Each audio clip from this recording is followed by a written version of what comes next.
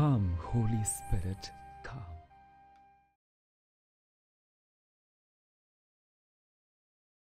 সকলকে জয় যিশু। আজ 18ই মে। আজ খ্রিস্টমণ্ডলী খ্রিস্ট শহীদ পোপ প্রথম জনের স্মরণ দিবস পালন করছে।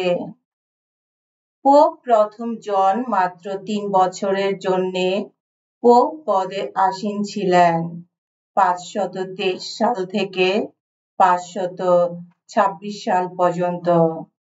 তখন ইটালির রাজা থিওডোরিক ভ্রান্ত মতবাদী আরিজাসের অনুপন্থীদের সমর্থন করতেন। তিনি জবরদস্তি করে পোপ জনকে কনস্টান্টিনোপেলে পাঠালেন। তাকে আদেশ দিলেন তিনি যেন সম্রাট জাস্টিনের কাছে আরিজাসের অনুপন্থীদের পক্ষ নিয়েই কথা বলেন। সম্রাট জাস্টিন পোপকে সাদরে স্বাগত জানালেন। তার হাতে নতুন করে রাজ অভিষেক গ্রহণ করলেন।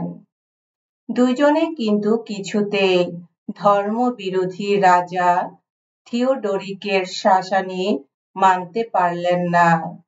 তাই পোপ জন যখন রোমে ফিরে গেলেন, রাজা তাকে গ্রেপ্তার করে কারাগারে রাখলেন।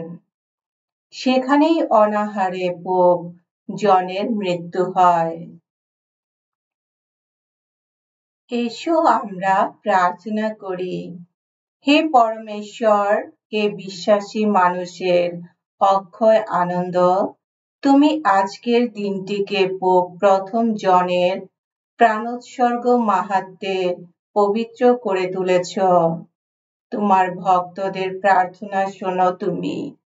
আমরা যেন তার পবিত্র জীবন আচরণের কথা স্মরণ করে তারই মতো ভক্তি বিশ্বাসের পথে অবিচল হয়ে থাকতে পারি।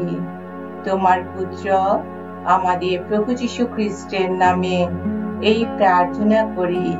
পবিত্র আত্মার সংযোগে তোমার সঙ্গে জীবনময় ও সর্বনিয়ন্তা ঈশ্বর রূপে তিনি যুগে যুগে বিরাজমান।